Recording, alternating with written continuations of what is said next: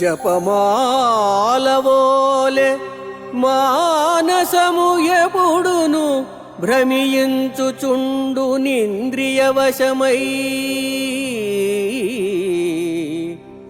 తపమింకనేమియగు శంభు పదమునన్ నిలుపుమయ్య మోహన రూపా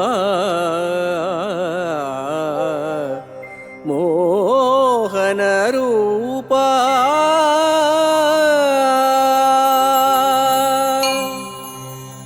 మనస్సును కదలకుండా కట్టిపడేసే సౌందర్యరాశి వెంకటేశ్వర, నీ నామాన్ని మంత్రాన్ని ఏకాగ్రతతో స్మరించుకోవాలి అనే సంకల్పంతో జపమాలను చేతబట్టి లెక్కబెడుతుంటాను. అంతలోనే మనస్సు నీ నామమంత్రాన్ని మరచి ఏవేవో లౌకిక విషయాల వెంట పరిభ్రమిస్తూ ఉంటుంది. ఇటు జపమాల అటు మనస్సు రెండూ తిరుగుతూనే ఉంటాయి. చేతి వ్రేళ్ల మధ్య జపమాల, 10 ఇంద్రియాల మధ్య మనస్సు.